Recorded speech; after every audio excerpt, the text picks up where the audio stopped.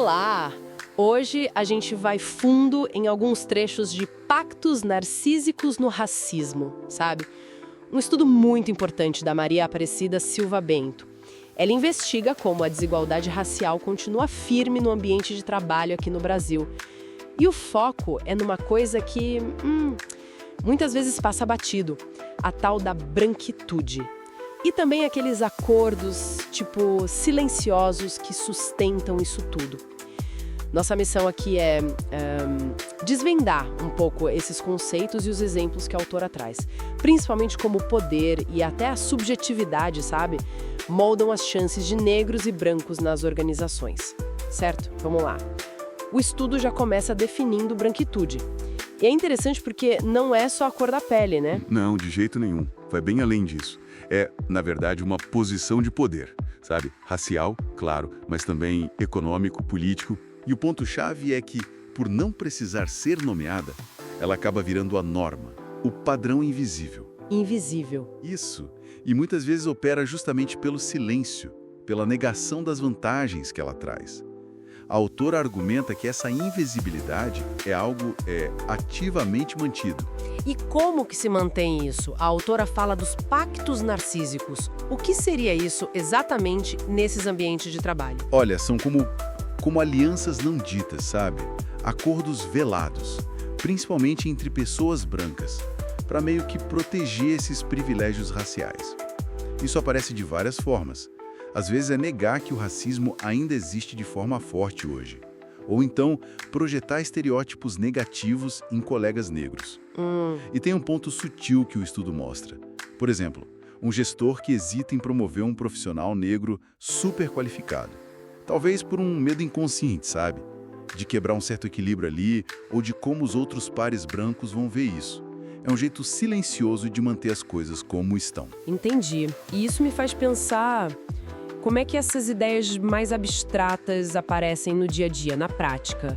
O estudo foi feito em prefeituras, né? Entrevistando gestores, o que ele mostrou sobre a distribuição dos cargos, assim, Sim. foram 2 prefeituras na região sudeste, e o padrão que apareceu foi, olha, bem claro e francamente preocupante. Os funcionários negros estavam, na grande maioria, em cargos de nível mais básico.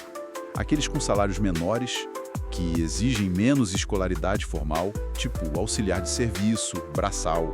Nossa! E para subir na carreira, uma dificuldade imensa, especialmente para chegar em cargos de chefia, de liderança. Isso desenha uma segmentação racial muito nítida ali, dentro da hierarquia mesmo. É impactante ver isso assim, mapeado. E a pesquisa ela aponta para a subjetividade nas avaliações como um fator importante nisso. Mesmo quando os gestores dizem que não tem preconceito. Exato. E aí entra uma parte fascinante e bem complexa da coisa. Mesmo que a pessoa afirme não ser preconceituosa, os estereótipos acabam pesando. Aquela ideia de que negros seriam, sei lá, menos capazes para tarefas intelectuais ou naturalmente melhores para trabalho manual. Ou até acomodados, sabe? Sei. Isso influenciava decisões, quem ia fazer um curso, quem era promovido, até como um conflito era resolvido ali dentro. E muitos gestores, para justificar a desigualdade, apontavam a falta de preparo dos negros. Só que convenientemente esqueciam de olhar como a discriminação acontece mesmo quando as qualificações são iguais. Algo que outros dados sobre a diferença de salário por escolaridade também mostram, né? E a autora fala de um silêncio eloquente sobre isso, né? Uma dificuldade de chamar o problema pelo nome que ele tem. Perfeito. Os entrevistados muitas vezes desviavam. Evitavam falar da discriminação ali, agora, no presente. Preferiam jogar a culpa no passado, na escravidão, como se fosse uma coisa distante, sem ligação com hoje, ou então em supostas falhas individuais dos funcionários negros. Entendi. Isso mostra bem como a branquitude, como essa posição de poder que não é questionada, permite essa isenção, sabe? Esse não precisar pensar sobre a própria raça e os privilégios que vêm com ela. Certo. Então, esse não reconhecimento, essa dificuldade de falar sobre privilégio branco, acaba sendo uma peça-chave na engrenagem que mantém a exclusão funcionando? Sim, a pesquisa sugere muito fortemente que são mecanismos centrais. A própria estrutura da organização, com suas regras, rotinas, procedimentos que parecem neutros, acaba reproduzindo essa lógica. É o que a autora chama de discriminação institucional. não depende de uma pessoa ser abertamente racista, está na estrutura, no funcionamento normal, digamos assim. E perpetua as desvantagens de forma contínua e muitas vezes velada.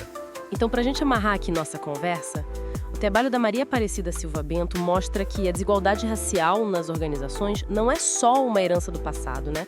É algo que é recriado ativamente hoje por essas dinâmicas complexas de poder, ligadas à branquitude e que se apoiam nesses pactos silenciosos, nesses acordos não ditos. Exatamente. Isso deixa a gente com uma reflexão final que vem direto dos achados do estudo, né? Se esses mecanismos, todos os pactos não falados, a subjetividade que se esconde atrás de avaliação técnica, o silêncio conveniente, se tudo isso fosse trazido à tona, discutido abertamente dentro das empresas, das instituições, que tipo de transformação isso poderia causar? Como isso poderia desafiar aquela suposta neutralidade que, como a gente viu aqui, muitas vezes só serve para mascarar a reprodução da desigualdade? Fica aí a questão.